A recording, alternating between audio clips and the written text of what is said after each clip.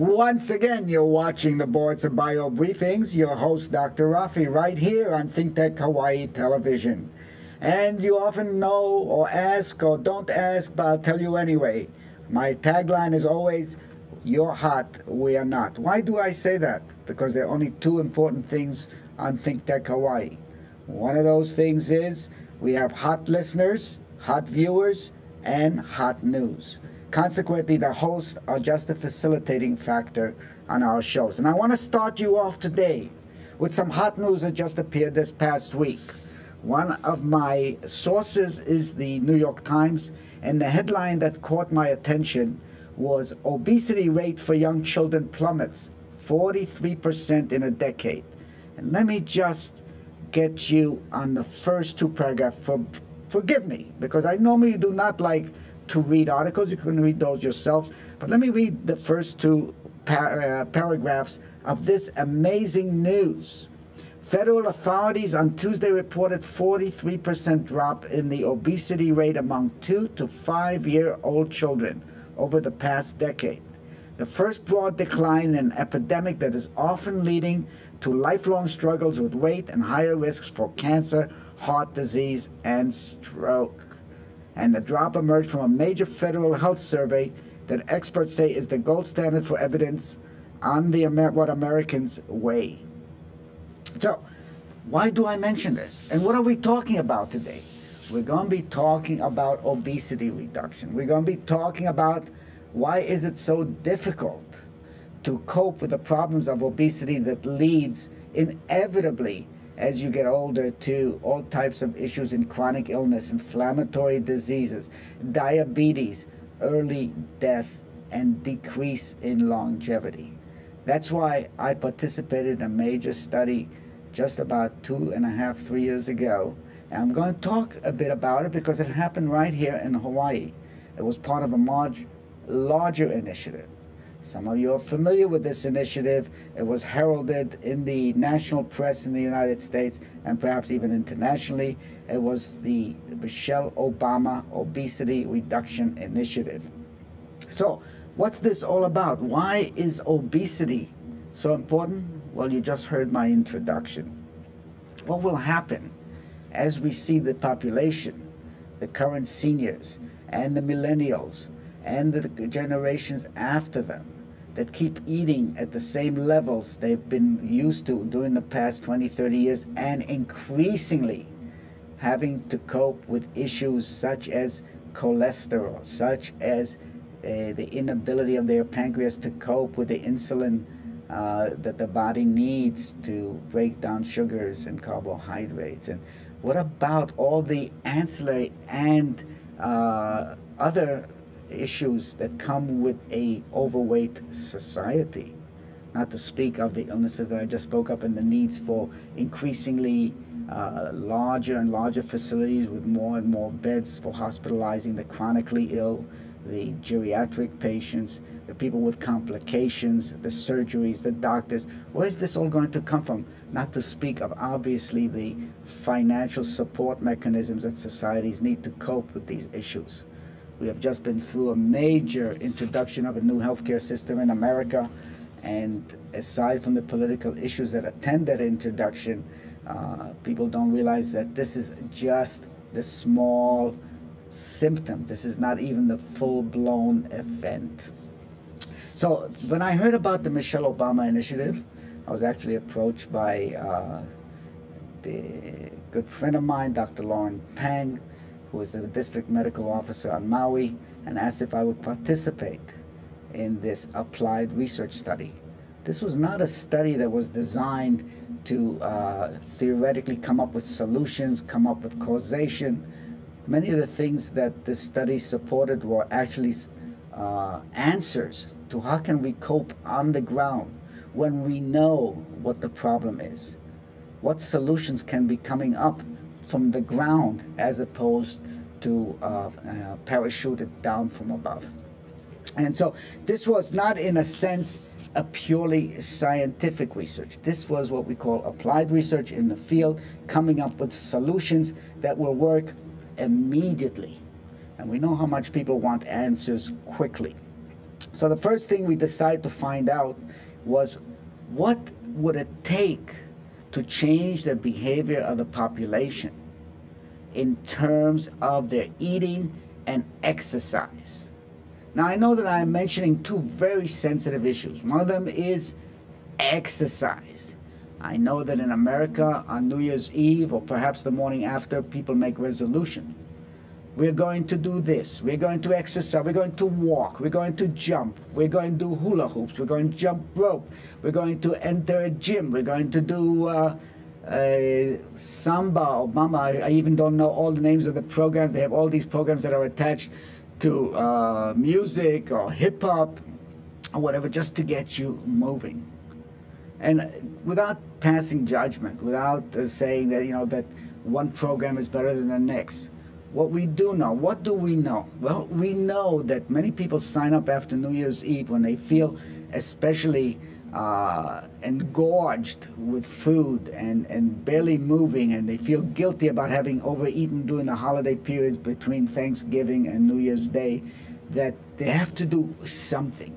And that something usually has to do with signing up perhaps for gym memberships. And many industries in America, if not the world, are geared to these weaknesses at these particular times, get people to do something, buy something, and we know that we want instant answers. So we're always looking for the next, quote, app to answer the problems that we have. And so the question is, how are we going to deal with overweight? How are we going to deal, whether it's through exercise or reducing our intake or reducing the type of foods we eat or taking pills? What is it? What are we going to do? And so we decided to try to look at the issue on its most simplistic level. Whether it would involve one particular exercise didn't interest us at that time. But first of all, we wanted to find out what would it take to get people to change their behavior. Now, we know that traditionally, when we want to change behavior of people, we have to incentivize them. If we want doctors to see more patients, what can we do? Well, we can lower their rate of payment, and so they have to see more people to make the same type amount of income that they did before. Or if we pay them more to spend more time with the patient, obviously we would have to provide more physicians. I just want you to think about some of these things that are having an effect on this epidemic. But we decided that incentivizing the professionals who deal with illness is not necessarily part of the solution. They've tried incentivizing people with different types of programs.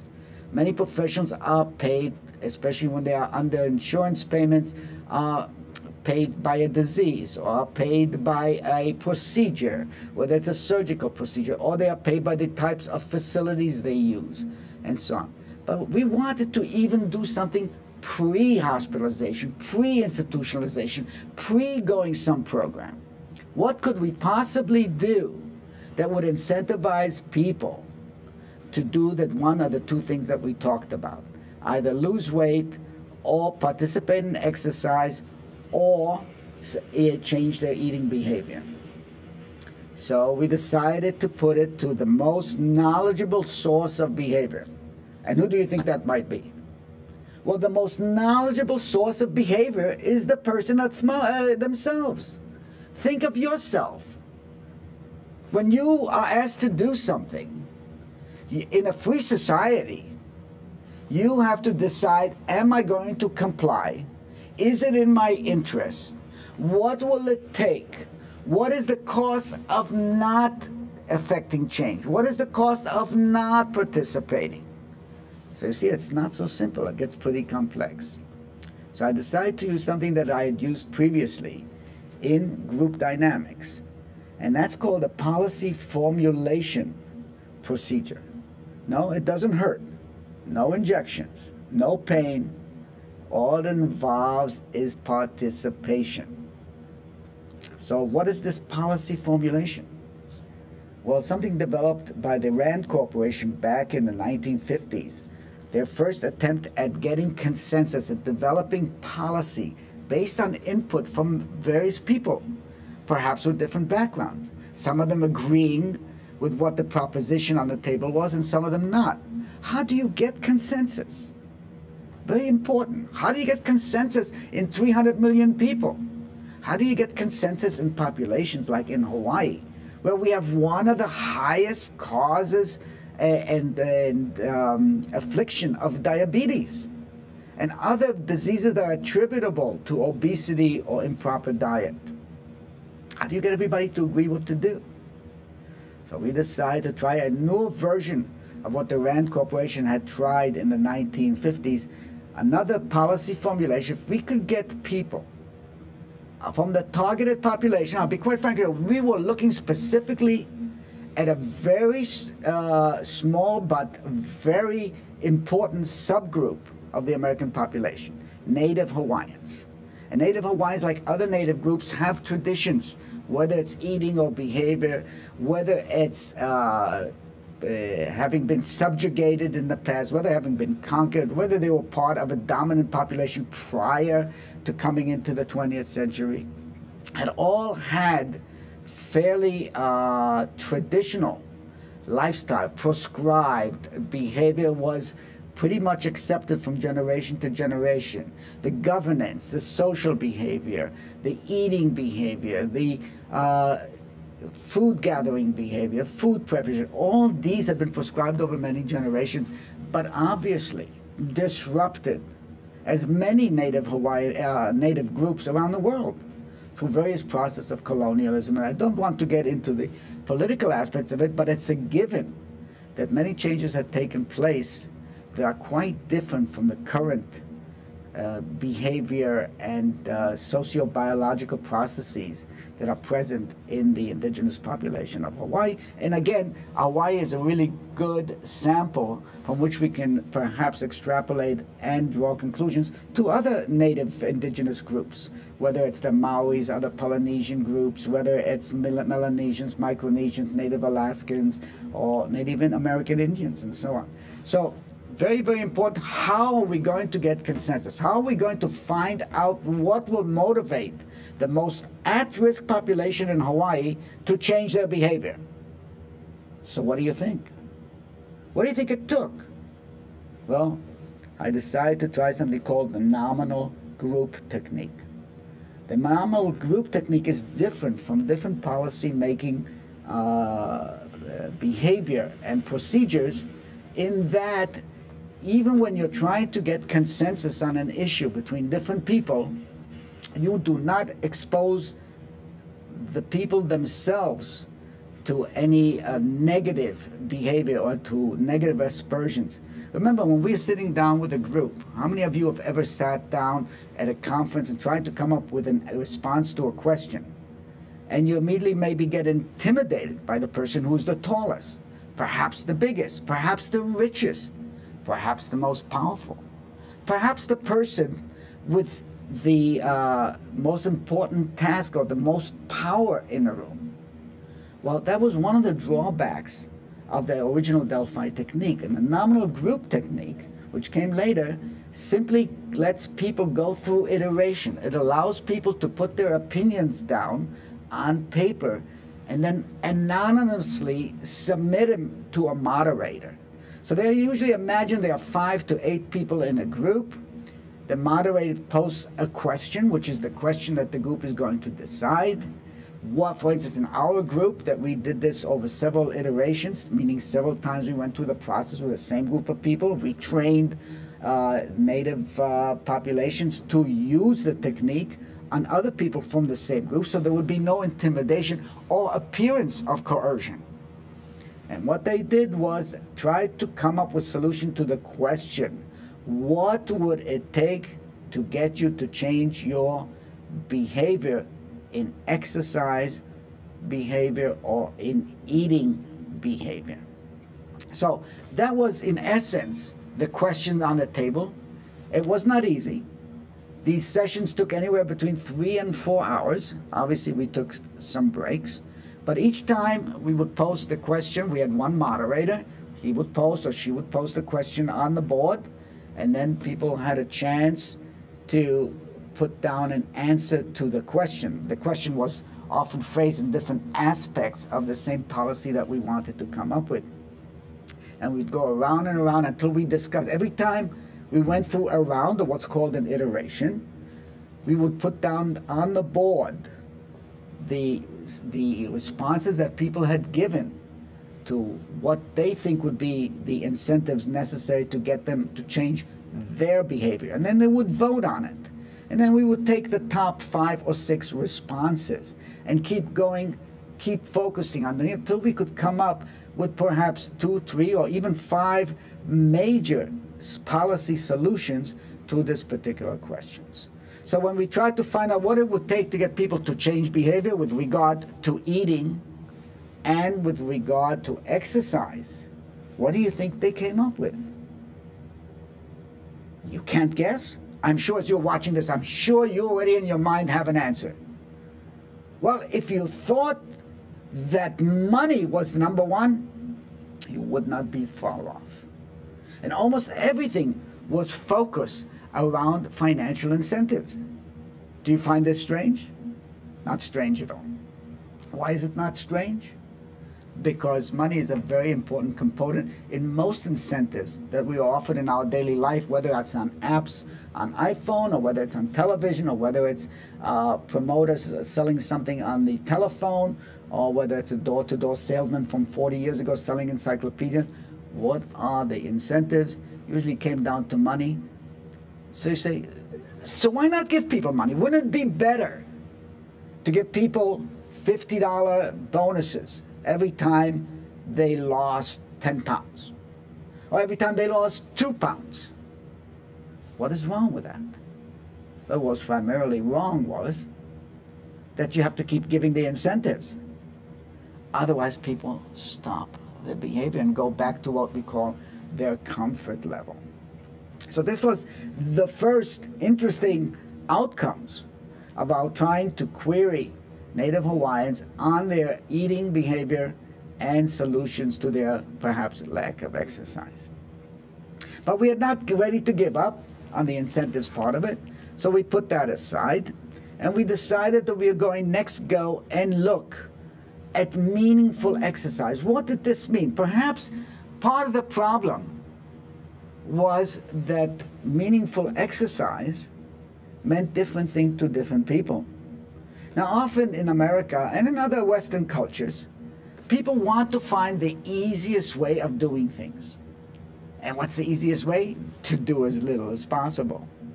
So we're often seduced by, you don't need to do very much exercise. All you have to do is walk a block or climb up a flight of stairs once or twice a day. Now, of course, there is some beneficial effect to that, depending upon, again, your age group or whatever possible underlying afflictions you may have.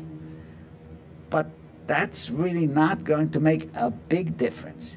If you're looking at extending your longevity anywhere between 2 to 10 years, and you're a heavy smoker or improper eater, eating carbohydrates, lots of starches, suffering from overweight, and so on, all which have a higher tendency towards inflammatory diseases, the occurrence of obesity-related diseases, the occurrence of cardiac conditions, and so on, you are going to not to be affected much by just a mild exercise, just walking down the street, just walking to the how you call it, the bancomat, the machine where you get the money from. I can't. The ATC, is it? Oh well, I know what you know what I mean. You know where you get the one of our big journeys in the 21st century is that we walk ATM. I'm sorry, it's the ATM. Sometimes get a little translational problems here. Okay, so we decided that meaningful exercise, perhaps because I'm an addicted outrigger canoe paddler, to me it meant, why don't we take something from traditional Native Hawaiian culture? The very same canoes that they came to America on, or rather more accurately to Hawaii on, and use that to fill in the gap on the exercise that is lacking for many people. And many people said, no, this doesn't make sense. I said, why doesn't it make sense? Because most Hawaiians do not paddle. In fact, those canoes that are active in Hawaii, the outrigger canoes, are mostly involved in racing activities. And the people who paddle in them, they're already fit. So how could we get them to participate in this activity with the attempt to get them to be fit? Because it's almost a unanswerable question. It's a chicken before the egg type of situation. If you have to be fit to paddle in an outrigger canoe club, how are you going to get fit? How are you going to be accepted? Why would you join if you're already fit? And on and on and on. So I decided that what was the reason that many Hawaiians don't go in the canoes? And obviously, one of the issues was that they couldn't get in the canoes because perhaps they already had a larger girth and permitted to get in the canoes. So I decided to research this further and found out that the average canoes was anywhere between 14 to 18 inches wide at the seats. So why not make wider canoes? It seemed to me a very natural type of solution. Well, I was told that this was not in keeping with the rules of the racing, or the Outrigger Canoe Racing Association. You can't have wide-body canoes because they don't conform to the sizes. This is just like almost any other sport. In fact, it is like every other sport. There are rules and there are standards, and this doesn't fit. So I said, why not focus on using the canoes as the exercise and get the participatory feeling, get a sense of community? Because one of the important issues in the survival of indigenous people everywhere is having a sense of community. So why not build the community back again around the canoe? Well, could that possibly work?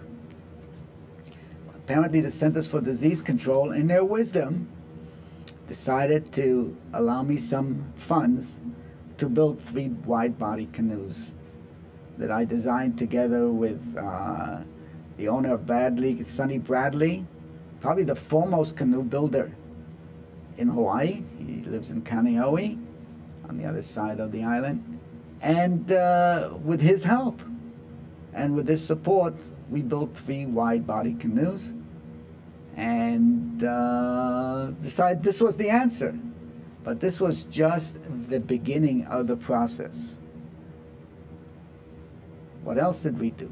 Well, we decided also that we were going to change the eating behavior. Aside from exercise, the eating behavior was very important.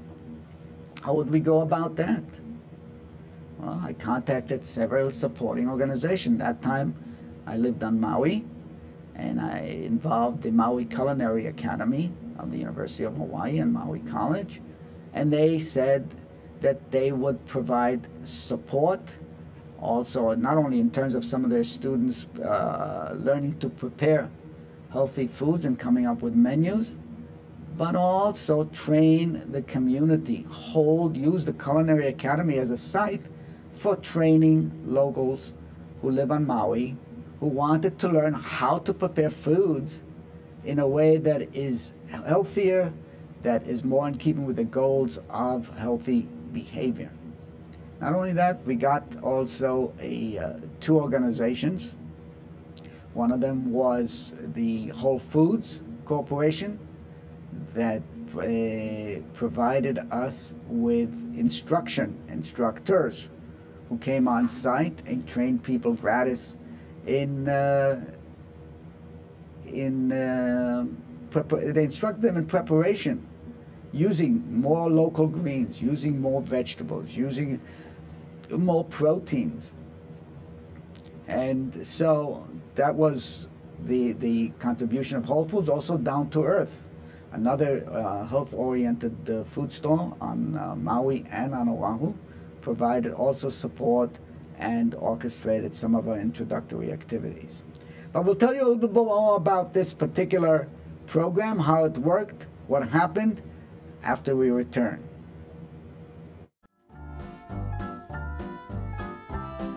Castle and Cooke, Hawaii. Investing in Hawaii, creating communities, and providing for the needs of our state. Collateral Analytics, empowering the real estate industry to make better informed property investment decisions. The Foreign Trade Zone, bringing the benefits of the Foreign Trade Zone programs to Hawaii businesses and entrepreneurs.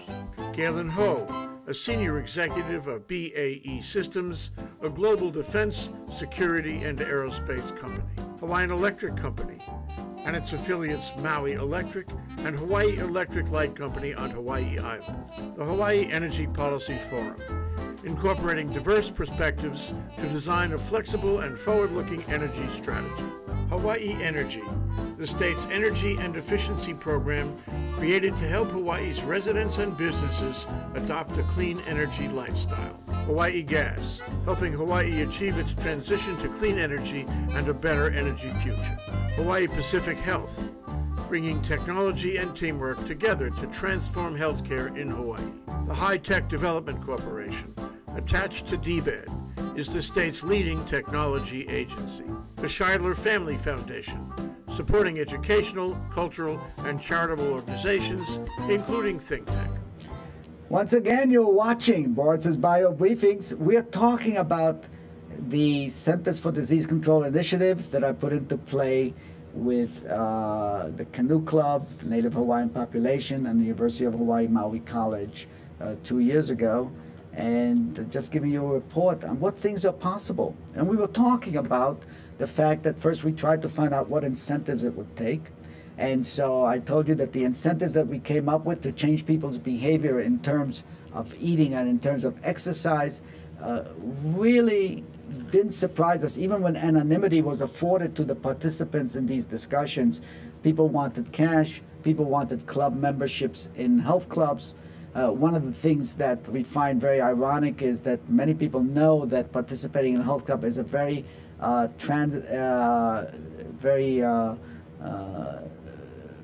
perhaps a temporary type of behavior. When people feel guilty, they sign up for memberships, and then in fact the health clubs often base their income and forecasting of their profits on the fact that most people do not use their memberships. Because if all the people who signed up initially for memberships want to use it at the same time, they would not have the space. So it's based on the fact that there's a high dropout rate.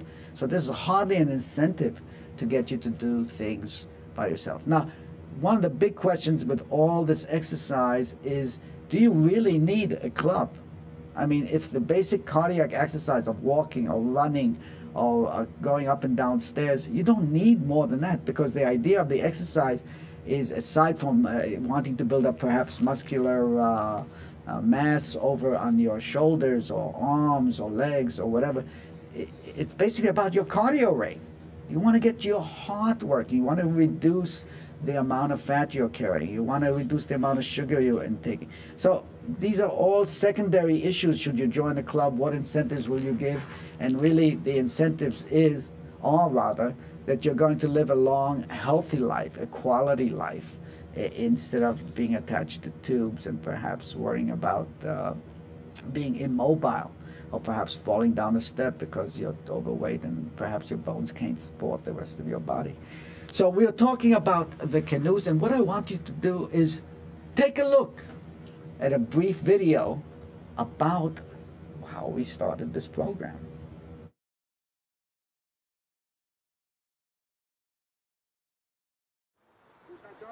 Okay, you got everybody? Yeah, okay. We got everybody. Okay, let's do a tour. This is an attempt to make exercise and fun synonymous. My name is Professor Rafi Boritzer. We are here on Sugar Beach.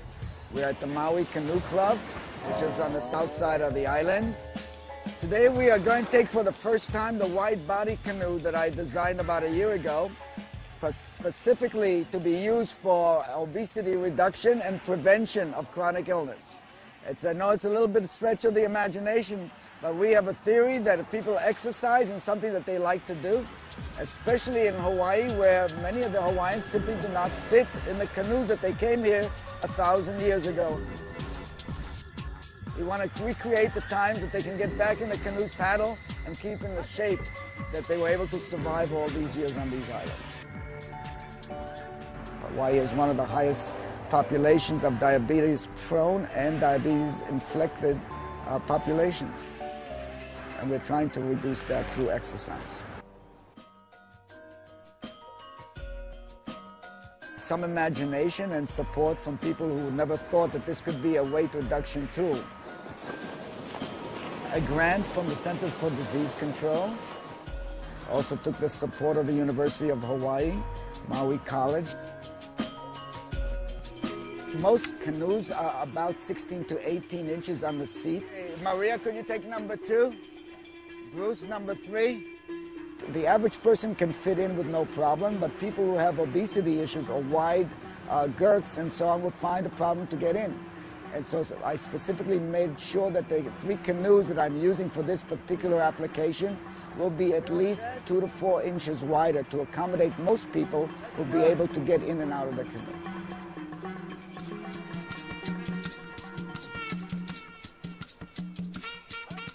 Anyone can show up and paddle with us. We give them some safety training and basics on how to paddle, and they go out with us every day if they want. It's a fun way to exercise.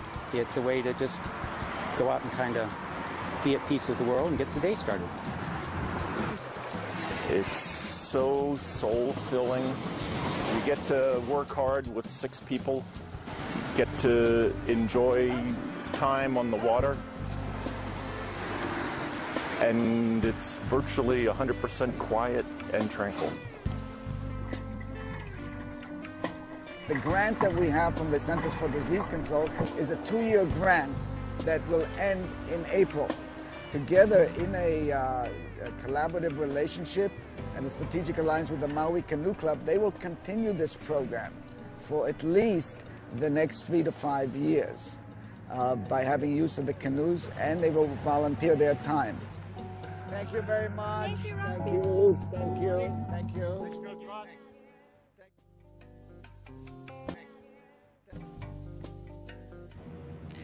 You're back. You're back with Dr. Rafi right here on Boritzer's Bio Briefings on ThinkTech Hawaii Television. And we're discussing my obesity and diabetic prevention program, which we carried out on the island of Maui about 2 years ago as part of the Michelle Obama Centers for Disease Control Obesity Reduction Initiative. And what we were talking about was, one, the introduction of wide-bodied canoes that we designed, especially some of the lessons we learned. My initial intent was to use this as a demonstration, as a pilot project that we could bring back and use throughout the state of Hawaii. In a little while, I'll tell you about some of our plans right here for Hawaii. Now, what we found out was some very interesting things. The initial ideas that we designed the canoes around were based on our normal procedures at the Maui Canoe Club, where I was a captain, and some of them, in reality, in practice, turned out to be slightly off the course. One of the ideas was, since we had people who were somewhat overweight, getting into a single canoe would prove to be a problem, because of the launching of canoes require that you do this fairly quickly. Everybody stands on the left side or on the ama side where the outrigger is, and push the canoes. As it comes into the water and the waters reach your knees, you jump into the canoe with your butt backwards, so to speak, so you land in the seat and start paddling furiously. Well, if you have weight issues, this kind of quick alacrity type of activity does not work, and often can result in the person actually losing hold of the canoe, and watch as the canoe and the outrigger part just go over their head and leave them behind. This obviously necessitates everybody going out somewhat, make sure that the wave doesn't turn them over as they return back and pick up the fallen paddler. So that's one of the early lessons that we learned. So we didn't want to lose exactly the paddlers that we had introduced to paddling, and we didn't want them to get frustrated and give up or feel endangered and perhaps endanger the canoe in the process. So what we did was we rigged 2 of the canoes together, and you will shortly see in the film, you will see that we rigged up a double, 2 singles and a double. The idea being that regular members of the club, and by the way, I want to mention when I say regular members, the program paid for everybody who was coming in under the program. This was a 3-year program, which the Maui Canoe Club had said they would continue even after the program ended, allowed anybody who lived on Maui to become a member of this program and participate as a full member. Once they finished 5 paddles, training paddles, they could become regular members of the club without paying the nominal, rather the normal fee of $125 per person or $200 per family, but for $1 they could become an annual member of the canoe club. Now this was a big incentive, because whether you know it or not, canoe clubs do cost money to operate. There's the equipment, there is the base, there are the people, the instructors that you have to hire occasionally, and so on. And these are not racing club. This was a fully recreational community club. So it was held together by different, perhaps, different motivations, so to speak. And when we offered this additional motivation, this seemed to be a very big hit. And I must tell you, the first year we did have 100 new members. So you can imagine also what revitalization, what this had, the effect it had on the canoe club itself. The canoe club itself, I think at the time that we started the program, already had 250 members. It is probably the only non-competitive canoe club in the state of Hawaii. So that was the first problem, make sure that we didn't lose the brand new recruits to the canoe club who were participating in the obesity and behavior modification program. We didn't lose them. So that was one of the first issue. Then another issue that we faced, although this was more true for racing clubs, is that people go to work during the day. Whether they're thin, obese, whether they are over-exercised, under-exercised, eat right or not, people usually are engaged in some activity that they are committed to during the daytime. So most racing clubs operate on the weekends and practice in the evenings after work.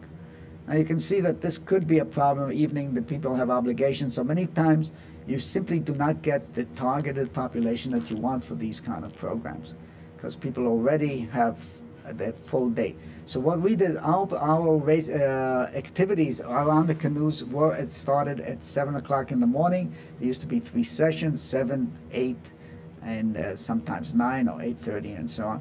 So, and there was a 6 o'clock paddle.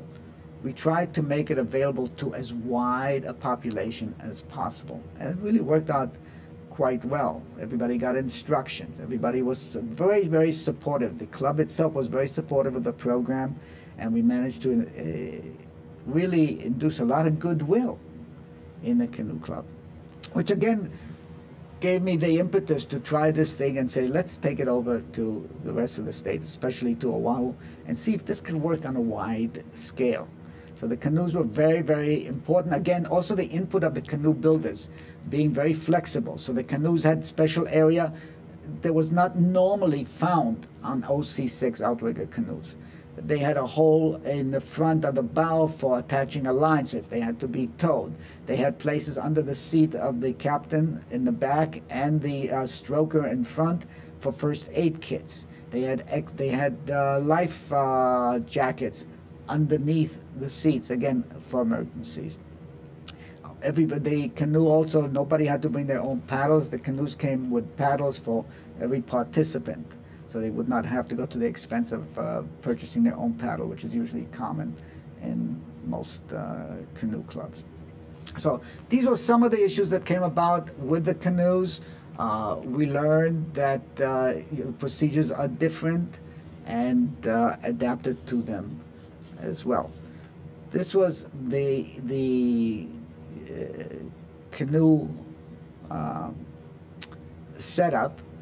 But what we really liked was the fact that canoe clubs traditionally already have members, and all they have to do really is adapt or adopt a community social model.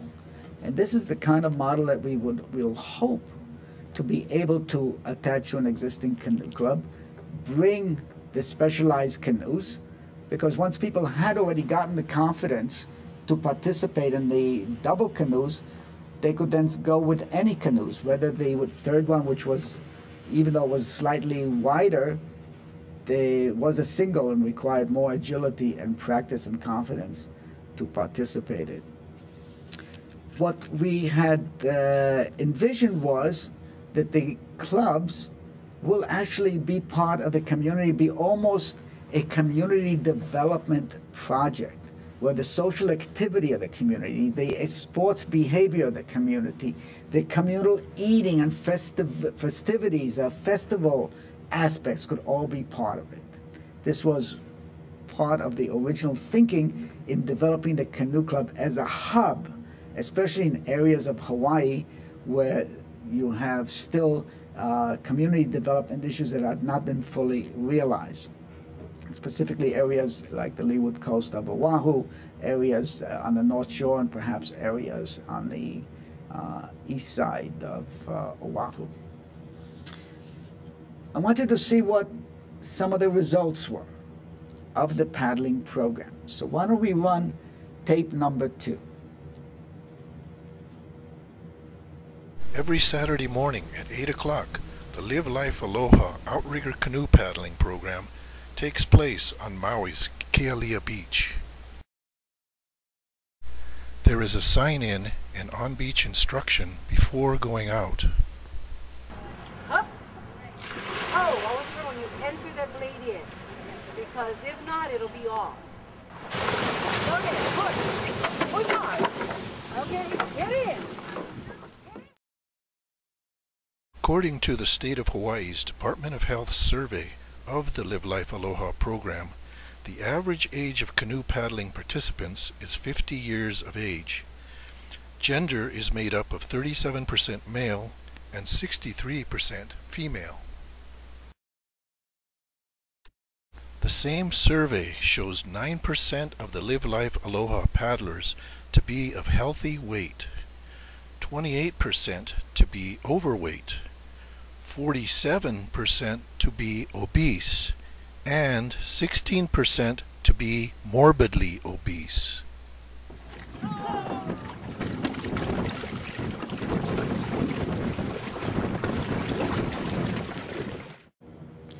You're watching Boritzer's Bio Briefings. We are back talking about the Centers for Disease Control initiative in obesity reduction, prevention of inflammatory diseases and diabetes. And we're talking about some of the activities and some of the components of bringing in the healthy eating and exercise programs that we kind of integrated with each other and adapted to the Hawaiian realities. One of those things that we talked about, the community development aspect, and it's really very important. Canoe clubs emphasize some of the history of Native Hawaiian peoples, and why not attach some of the realities of every day, some of the issues that have come up. Obviously, the Hawaiian social and political life has changed quite radically from the way it was in the 19th century or even earlier. So we have to adapt to it. But one of the things that we can almost use an overlay on is some of the democratic processes that Hawaiians obviously live in the United States of America, in the state of Hawaii, with American and Western laws, but perhaps we can use some community development participatory activities, make the clubs themselves almost a local governance in terms of social mores, in terms of social activities, in terms of sports and so on. So we came up with a possible idea. We haven't tested it out. We're waiting to get some feedback on it also, where the canoe club itself becomes a membership organization for everybody who lives within the geographical area of the canoe club, getting to vote on the procedure, the processes that we have discussed, some of the activities, perhaps expansion of activities, but making it a social unit not a political unit, but a social unit where people can have an input in an aspect of their life that is normally they are not part of, because traditionally outrigger canoe clubs have been a racing organization. Perhaps they can adopt the social community involvement.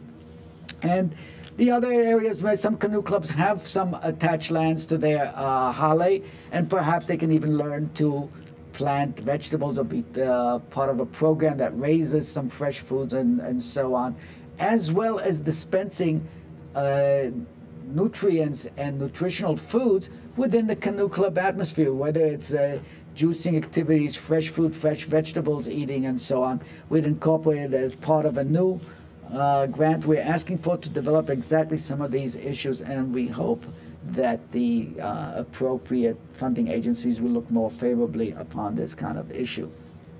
One of the issues we're looking to also to do is to implement some of these programs in Oahu and measure their effects on longevity. Do all these things I'm talking about, do they actually have an effect on how long or what kind of life you're going to have as you age? And we've come up with some innovative solutions. I won't be talking about that today because I will leave that to my associate, Professor Richard Alsop, to talk about at another time, fairly soon, hopefully. And what I want to do is leave you now with one of the films on the dedication of the canoes in Maui 3 years ago. And Maestro, why don't you run the film? Until next week, this is Rafi Boritzer, Boritzer's Bio Briefings.